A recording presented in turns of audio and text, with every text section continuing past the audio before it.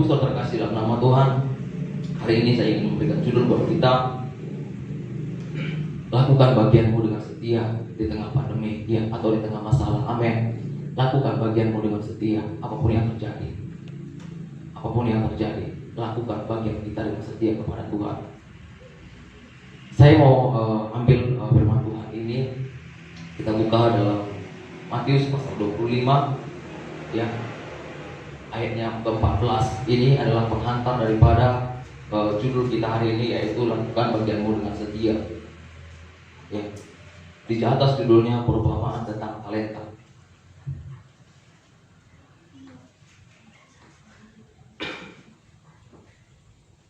Haleluya.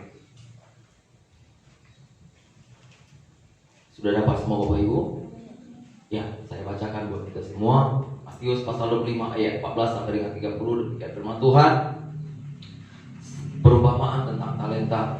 Sebab hal kerajaan surga sama seperti seorang yang mau berpergian ke luar negeri, yang memanggil hamba-hambanya dan mempercayakan hartanya kepada mereka. Yang seorang diberikannya 5 talenta, yang seorang lagi 2, dan yang seorang lain lagi 1, masing-masing menurut kesanggupannya, lalu dia berangkat. Segera pergilah hamba yang menerima 5 talenta itu, yang menjalankan uang itu, lalu beroleh laba 5 talenta. Hamba yang menerima 2 talenta itu pun berbuat demikian juga, dan berlaba 2 talenta. Tetapi hamba yang menerima 1 talenta itu pergi dan menggali lubang di dalam tanah, lalu menyembunyikan uang tuannya. Lama sesudah itu pulanglah tuan hamba-hamba itu, lalu mengadakan perhitungan dengan mereka. Hamba yang menerima 5 talenta itu datang dan dia membawa laba 5 talenta. Katanya, Tuhan, 5 talenta Tuhan percayakan kepadaku. Lihat, aku telah beroleh laba 5 talenta. Maka kata tuannya itu kepadanya, baik sekali perbuatanmu itu, hai hambaku yang baik dan setia. Engkau telah setia dalam perkara kecil, aku akan memberikan kepadamu tanggung jawab dalam perkara yang besar. Masuklah dan turunlah dalam kebahagiaan Tuhanmu. Lalu datanglah hamba yang menerima 2 talenta itu. Katanya, Tuhan, 2 talenta Tuhan percayakan kepadaku. Lihat, aku telah beroleh laba 2 talenta. Maka kata tuannya itu kepadanya, baik sekali perbuatanmu, hai hambaku yang baik dan setia. Engkau telah setia memikul tanggung jawab dalam perkara yang kecil, aku akan memberikan kepadamu tanggung jawab dalam perkara yang besar. Masuklah dan turunlah dalam kebahagiaan Tuhanmu. Kini datang juga hamba yang menerima 1 talenta itu dan berkata, Tuhan, aku tahu bahwa Tuhan adalah manusia kejam, yang menuai di tempat di mana Tuhan tidak bernabur, dan yang memungut dari tempat di mana Tuhan tidak menanam. Karena itu aku takut dan pergi menyembunyikan talenta Tuhan itu di dalam tanah. Ini terimalah punya Tuhan. Maka jawab tuannya itu, hai kamu hamba yang jahat dan malas. Jadi kamu sudah tahu bahwa aku menuai di tempat mana aku tidak menabur, dan memungut dari tempat di mana aku tidak menanam. Karena itu sudah seharusnya uangku itu kau berikan kepada orang yang menjalankan uang, supaya sekembaliku aku menerimanya serta dengan bunganya. Lalu itu ambillah talenta itu daripadanya, dan berikanlah kepada orang yang mempunyai 10 talenta itu. Karena setiap orang yang mempunyai kepadanya akan diberi, sehingga ia berkelimpahan. Tapi siapa yang tidak mempunyai, apapun yang ada padanya akan diambil daripadanya. Dan garis bawahi Bapak Ibu, campaklah hamba yang tidak berguna itu ke dalam kegelapan yang paling gelap. Di sanalah akan terdapat ratap dan retak gigi. Amin. Bapak Ibu saudara terkasih dalam nama Tuhan, lakukan bagianmu dengan setia, di tengah pandemi atau di tengah masalah pandemi yang mulai terjadi itu di akhir tahun 2019 hingga dikatakan COVID-19 sampai dengan 2020 itu awal-awalnya di Indonesia. Bapak Ibu terkasih, 2020 di tengah-tengah pandemi itu juga banyak orang-orang yang mengalami kehilangan, termasuk Bapak Ibu saudara terkasih dalam nama Tuhan, saya pribadi pun mengatakan bahwa saya juga mengalami banyak kehilangan. Amin. Saya banyak mengalami kehilangan. Apa yang pertama? Saya mengalami banyak kehilangan. Perjalanan kehidupan saya itu banyak mengalami kehilangan. Tapi saya percaya saya tetap tidak kehilangan Tuhan. Amin. Kehilangan saya katakan banyak kehilangan. Mulai kehilangan dari teman. Ada teman saya yang dulu sama-sama berjuang, mulai dari sekolah bahkan pekerjaan. Ada yang meninggal, diambil sama COVID. Ada yang pergi. Mati kenapa? Mati karena COVID. Kehilangan teman. Ada yang kehilangan pekerjaan. Saya juga mengalami hal yang demikian, Bapak Ibu. Kenapa saya akan kehilangan pekerjaan? Dengan kondisi COVID seperti itu, saya juga mengalaminya. Situasi customer yang tidak berbelanja lagi membuat kita gimana nanti ke depannya. Kalau hanya seperti ini, kita putuskan sudah berhentilah kehilangan itu. Banyak kehilangan yang saya alami juga bersama dengan keluarga. Mungkin Bapak Ibu juga termasuk di tempat ini banyak mengalami kehilangan. Tapi satu hal yang saya minta bagi kita semua dan doa kita, jangan pernah kehilangan harapan bersama dengan Tuhan. Amin. Jangan pernah kehilangan harapan kita. Bagaimana kita melakukan bagian kita dengan setia di tengah pandemi ini, Bapak Ibu? Lakukan tetap bagian kita. Orang yang menerima 5 talenta tadi berkata bahwa dia menjalankannya. Apa yang telah dia terima, dia lakukan. Ya, dia lakukan dengan baik. Orang yang menerima 2 talenta juga melakukannya dengan baik, sehingga dia menerima berkatnya. Tapi ada yang tidak melakukannya dengan baik. Orang yang menerima 1 talenta. Bapak Ibu saudara terkasih, apa penyebabnya? Kenapa dia tidak melakukannya? Yang pertama katanya dia takut. Dia takut. Uang ini seperti ini. Ini pengantar judul yang saya sampaikan tadi, lakukan bagianmu dengan setia. Untuk melakukan suatu hal yang Tuhan inginkan dalam kehidupan kita, supaya kita melakukan itu dengan setia kepada Tuhan. Yang pertama adalah jangan takut. Jangan takut Bapak Ibu. Seperti yang di awal saya katakan tadi, ya 2020 bahkan sampai 2021 saya banyak kehilangan, saya katakan. Ini adalah kesaksian hidup. Kenapa saya harus malu menyampaikannya? Karena saya percaya kita semua bersama dengan doa-doa kita pasti akan bangkit bersama. Amin. Ya. Jangan menjadi kelemahan Bapak Ibu semua. Apa yang Bapak Ibu lihat? Biarlah kehilangan yang kita alami dalam kehidupan kita menjadi semangat baru bersama dengan Tuhan. Ya. Jangan takut, itu yang pertama. Supaya kita bisa melakukan bagian kita dengan setia di tengah pandemi, di tengah masalah yang kita hadapi. Jangan takut. Supaya kita bisa mengambil keputusan yang benar. Kita baca dulu firman Tuhan dalam Ulangan pasal 31. Boleh ditampilkan Ulangan pasal 31 ayat 6.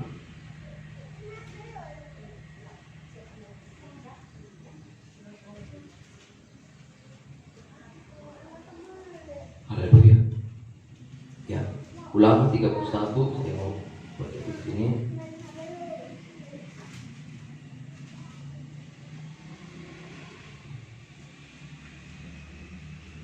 Judul perikopnya di atas, Yosua sebagai pengganti Musa. Ayat yang ke-6 saya katakan, ya, kuatkan dan teguhkanlah hatimu, janganlah takut dan janganlah gemetar karena mereka, sebab Tuhan Allahmu, Dia yang berjalan menyertai engkau. Ia tidak akan membiarkan engkau dan tidak akan meninggalkan engkau. Amin. Ya, Tuhan tidak akan meninggalkan kita. Jangan takut. Ya, jangan takut Bapak Ibu. Ya, jangan takut sebab Tuhan menyertai kita. Walaupun Bapak Ibu, saya katakan hari ini dalam ulangan ini dikatakan, kuatkan dan teguhkanlah hatimu, janganlah takut dan jangan gemetar karena mereka, sebab Tuhan Allahmu, Dialah yang berjalan menyertai engkau. Ia tidak akan membiarkan engkau dan tidak akan meninggalkan engkau. Inilah kepercayaan saya buat Tuhan. Tuhan pasti sertai. Walaupun Bapak Ibu saudara kasih dalam nama Tuhan, saya katakan ketika kita berkata jangan takut sebagai hamba Tuhan, ketika dia menyampaikan firman Tuhan juga, jemaat ketika dia sampaikan kepada jemaat jangan takut, jangan menyerah, tetap lakukan bagianmu dengan setia. Tapi dalam hatinya juga berkata, gimana ini Tuhan? Kondisi kami kayak gini juga, ekonomi kami juga saat ini seperti ini. Menjadi dilema kan?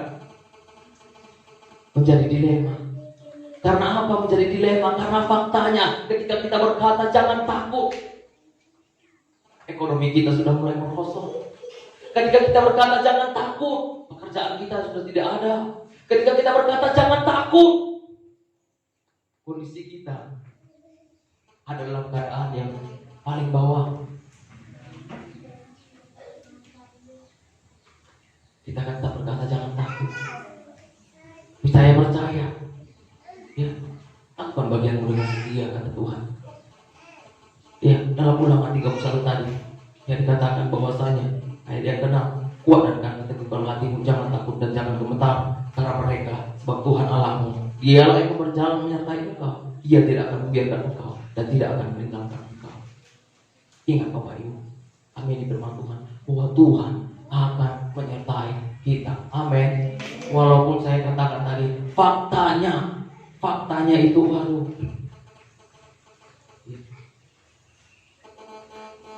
Faktanya kita banyak kehilangan. Kehilangan pekerjaan, kehilangan teman, kehilangan uang, bahkan itu luar biasa. Kehilangan pendapatan. Satu hal, jangan sampai kehilangan Tuhan. Amin. Adakah kita tempat ini yang sempat kehilangan Tuhan? Tidak ya. Saya percaya kita semua di tempat ini tidak akan mungkin pernah kehilangan Tuhan kita, karena kita percaya bahwa Tuhan adalah nahkoda atau pedoman dalam kehidupan kita. Amin. Role model yang menjadi panutan dalam kehidupan kita adalah Tuhan Yesus. Ya, percaya saja bahwa Tuhan akan sertai. Percaya saja, jangan takut. Memang ketakutan itu memberikan dampak, menjadikan seseorang itu menjadi berani juga bisa. Tapi daripada takut, apakah tidak lebih baik kalau kita memilih percaya kepada Tuhan? Dia akan menyertai kita. Takut itu memberikan dampak negatif. Amin. Takut memberikan dampak negatif. Orang yang takut memang bisa menjadi kuat. Dengan takut dia bisa menjadi waspada. Tapi itu kan memberikan dampak negatif kepada kita. Ada kekhawatiran, takut jangan-jangan besok saya tidak makan, takut besok jangan-jangan bagaimana dengan nasib dari anakku ini, masa depannya keluar gimana nanti. Alangkah baiknya Bapak Ibu sudah berkasih dalam nama Tuhan, mari sama-sama percaya bahwa Tuhan akan menjamin kehidupan keluarga kita, percaya bahwa masa depan anak-anak kita akan diberkati, percaya bahwa masa depan daripada pelayan kita pasti luar biasa. Amin. Jangan takut, tetap lakukan bagian dengan setia. Amin. Tetap lakukan bagian dengan setia, jangan menjadi takut. Itu yang pertama. Ya, dalam melakukan bagian kita kepada Tuhan, ya, jangan takut. Lakukan saja bagianmu dengan setia, sebab Tuhan menyertai kita. Amin. Itu yang pertama. Dan kedua, Bapak Ibu, apa yang harus kita lakukan dalam melakukan bagian kita dengan setia kepada Tuhan di tengah masalah, di tengah pandemi, adalah jangan menjadi lemah. Ya, jangan menjadi lemah. Kita baca dulu pertama Mazmur 37 ayat 7 dan 9.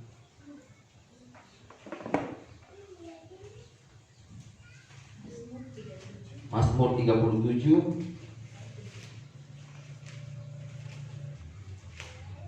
ayat 7. Mulai. Ya. Mazmur 37 ayat 7 mulai, saya bacakan buat kita. Berdiam dirilah di hadapan Tuhan dan nantikanlah Dia. Janganlah marah karena orang yang berhasil dalam hidupnya, karena orang yang melakukan tipu daya. Berhentilah marah dan tinggalkanlah panas hati itu. Jangan marah, itu hanya membawa kepada kejahatan. Ayat 9. Sebab orang-orang yang berbuat jahat akan dilenyapkan, tetapi orang-orang yang menanti-nantikan Tuhan akan mewarisi negeri. Amin. Ya, jangan menjadi lemah. Bapak Ibu sudah terkasih dalam nama Tuhan. Kenapa saya bilang menjadi lemah? Dalam firman Tuhan ini dikatakan berhentilah marah, karena kemarahan itu berarti menunjukkan bahwa kita lemah. Amin. Tapi janganlah menjadi lemah. Seseorang yang merasakan kelemahannya pasti dia akan marah. Ketika melihat orang lain naik di tengah kondisi ekonominya memburuk, ya kenapa dia kok bisa naik? Seakan-akan kita menjadi tidak percaya kepada Tuhan, bahwa Tuhan yang menjamin kehidupan kita. Ya ekonomi naik, ya kondisi jualan bagus, ya kondisi keluarganya bahagia banget. Seakan-akan kita menjadi marah. Ada amarah dalam hati kita.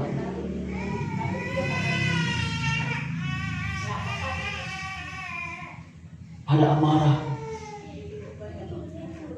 yang membuat kita menjadi lemah. Itu menunjukkan kelemahan kita. Yang membuat kita menjadi lemah. Tuhan, gimana ini? Seakan-akan kita menjadi tidak percaya. Ya. Tapi dikatakan dalam ayat 9 tadi, ayat 9b, tetapi orang-orang yang menanti-nantikan Tuhan akan mewarisi negeri. Orang yang tidak lemah akan mendapatkan berkat. Amin. Orang yang mendapatkan tidak menjadi lemah akan mendapatkan pertolongan daripada Tuhan. Ya, ada contohnya Bapak Ibu dalam Alkitab ya, yang mengalami kondisi yang sangat sulit sekalipun, tapi tetap dia melakukan bagiannya dengan setia kepada Tuhan. Kita baca 1 Raja-Raja pasal 17.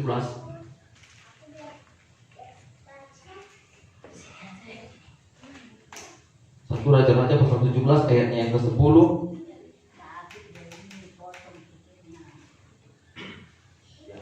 Ayat 10 saja saya bacakan.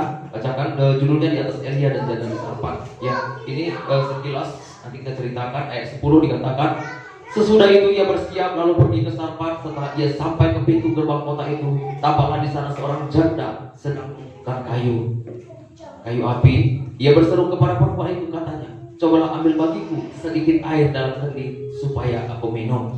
Ya.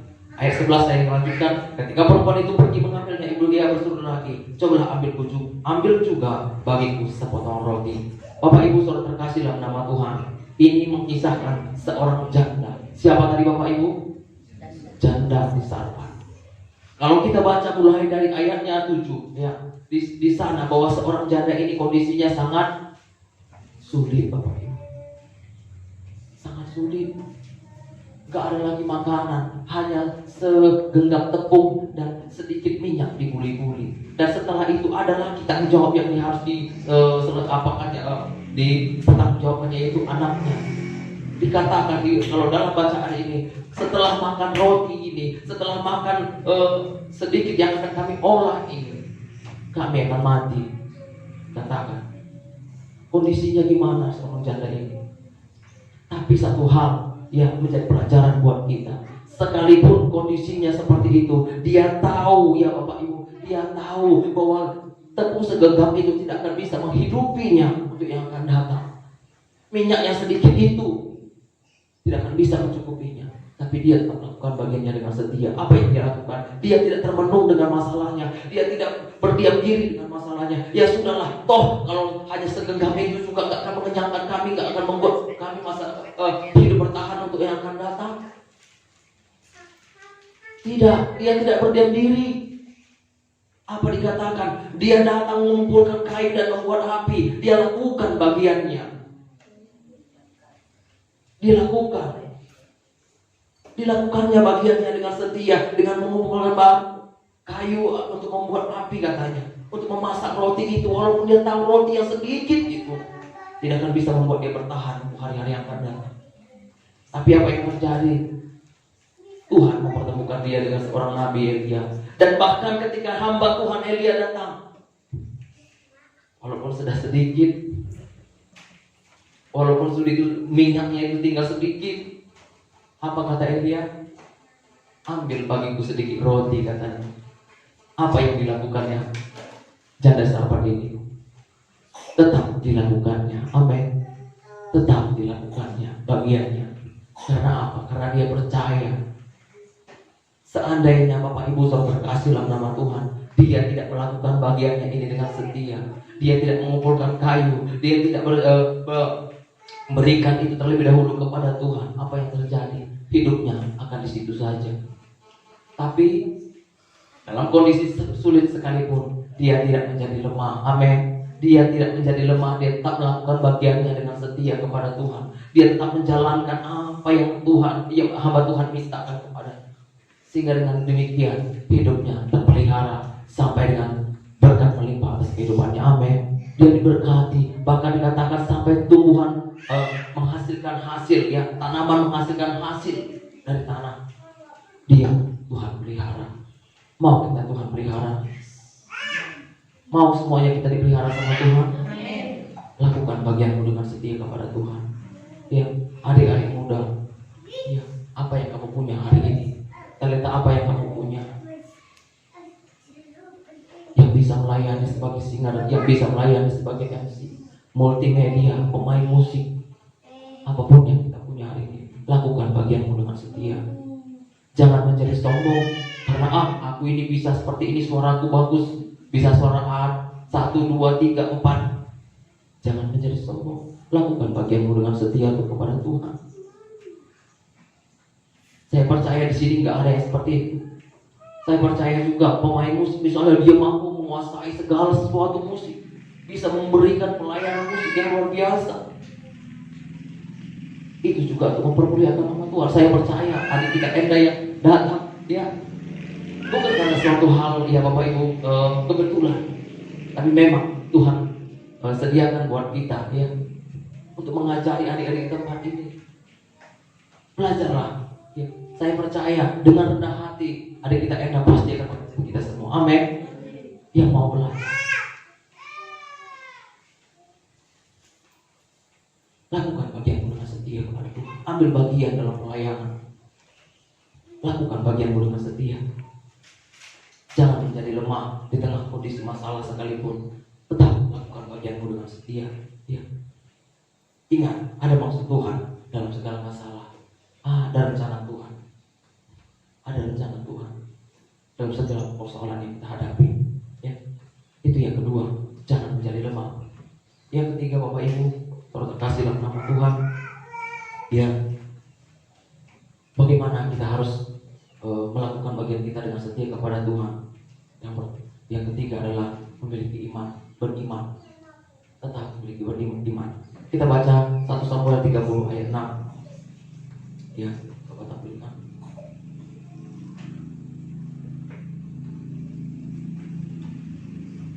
Ya, 1 Samuel 30 ayat 6 demikian firman Tuhan. Dan Daud sangat terjepit karena rakyat mengatakan hendak melempari dia dengan batu. Seluruh rakyat itu telah pedih hati masing-masing karena anaknya laki-laki dan perempuan. Tapi Daud menguatkan kepercayaan kepada Tuhan Allahnya.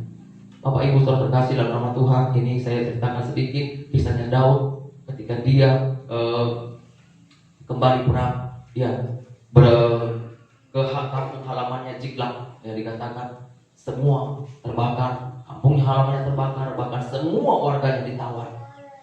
Kondisinya pada saat itu karena dia adalah pemimpin sangat-sangat terjepit, ingin dibunuh, ingin dilempari dengan batu.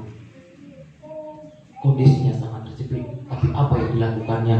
Ya, tetapi Daud menguatkan kepercayaannya kepada Tuhan Allahnya. Amin. Dengan kata lain, dia tetap memiliki iman. Enggak goyah hatinya, enggak goyah. Dia menguatkan iman percayanya. Dia menguatkan iman percayanya kepada Tuhan. Ya. Itulah bagiannya, dia lakukan dengan setia kepada Tuhan. Apapun kondisinya, dia tetap menguatkan iman percayanya kepada Tuhan. Ya. Dia tidak menjadi lemah, dikatakan.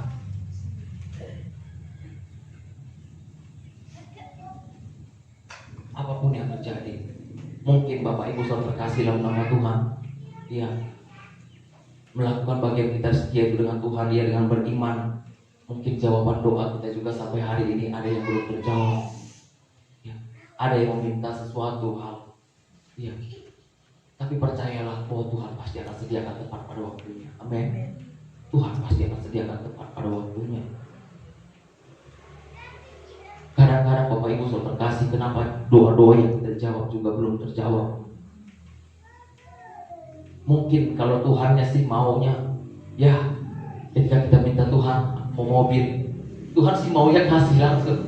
Ya Bapak Ibu, maunya kasih langsung. Oh kita kasih nih, dia butuh mobil. Tapi pertanyaannya gimana kitanya? Sudah siapkah dengan mobil yang kita punya? Itu contohnya Bapak Ibu. Contoh, sudah siapkah? Karakter kita itu gimana? Jangan-jangan dengan mobil yang kita punya kita belum siap. Menjadi sombong, menjadi orang yang tidak datang beribadah lagi kepada Tuhan, atau seperti apa? Kalau Tuhan sesegera mungkin ingin menjawab doa-doa Tuhan, tapi Tuhan mau. Kenapa kita harus setia dalam menanti jawaban doa itu? Kenapa kita harus setia? Tuhan ingin melihat isi hati kita juga. Isi hati kita itu seperti apa? Ya. Isi hati kita itu seperti apa? Saya juga belajar dari pandemi yang ada. Wah, kalau seandainya dulu pandemi ini nggak ada, mungkin saya juga akan tetap di Medan, ya tetap di Binjai, ya bekerja seperti biasa. Mungkin saya juga nggak akan bisa tahu bagaimana karakter satu sama lain kita di tempat ini. Oh, ya bapak ini seperti ini, ibu ini seperti ini, teman-teman ini seperti ini keluhannya, ini keluhannya. Mungkin dalam doa-doa saya juga nggak akan terbawa. Saya juga mungkin nggak tahu. Saya ambil positifnya selalu, Bapak Ibu. Kalau mungkin saya dulu di Medan, saya akan hanya berdoa, Tuhan berkati jiwa-jiwa yang di sana. Hanya seperti itu. Tapi bagaimana hari ini saya bisa mendoakan secara spesifik? Oh, saudaraku yang ini ya Tuhan membutuhkan ini. Kondisinya saat ini seperti ini. Tuhan berkati dia. Kondisinya seperti ini, seperti ini, seperti ini. Ada doa-doa yang mungkin lebih intens. Saya sih ambil seperti itu aja, Bapak Ibu. Saya sih berdoanya seperti itu aja. Ya. Saya percayakan semuanya kepada Tuhan. Saya memiliki iman bahwa Tuhan akan memberkati kehidupan kita semua tepat pada waktunya. Amin. Tuhan pasti akan jawab doa-doa kita. Harus memiliki iman. Sekali lagi saya ingatkan, adik-adik muda, ingat, ya, pahami apa yang Tuhan kehendaki dalam hidup. Ya, pahami. Supaya kita tahu, ya, dengan memiliki iman di tengah masa sulit sekalipun, di tengah masa sukar sekalipun, hati kita itu terpaut sama Tuhan. Ketika jawaban doa juga belum terkabul, ketika doa-doa kita belum dijawab oleh Tuhan, hati kita itu seperti apa? Apakah tetap fokus kepada Tuhan, terpaut terus kepada Tuhan, atau jangan-jangan kita menjadi lemah dan takut? Tuhan, mau sekian tahun aku berharap akan hal ini, akan sesuatu ini ya Tuhan, tapi Tuhan nggak ada jawaban-jawabannya. Menjadi marah dan lemah. Gimana kitanya? Ya, jangan lupa, tetaplah memiliki iman. Tetap memiliki iman ketika doa-doa Bapak Ibu semua belum terjawab. Amin. Tetap memiliki iman. Ya, berimanlah. Sama seperti seorang Daud tadi, dikatakan kondisinya terjepit, dia mau dilempari, mau dibunuh, sekalipun dia tetap menguatkan kepercayaan kepada Tuhan Allahnya, yaitu Yesus Kristus. Amin. Dia tetap menguatkan kepercayaannya. Saya percaya kita semua di tempat ini, kita pasti akan memiliki iman yang luar biasa sama seperti Daud. Di tengah kondisi seperti apapun, kita akan tetap kuat dan lakukan bagian kita dengan setia kepada Tuhan. Amin. Lakukan bagian kita dengan setia kepada Tuhan, seperti apapun kondisinya, walaupun faktanya sangat jauh daripada apa yang kita harapkan. Faktanya terbalik dengan kondisi yang ada di depan mata kita. Tetap lakukan bagian dengan setia kepada Tuhan. Amin. Amin. Firman Tuhan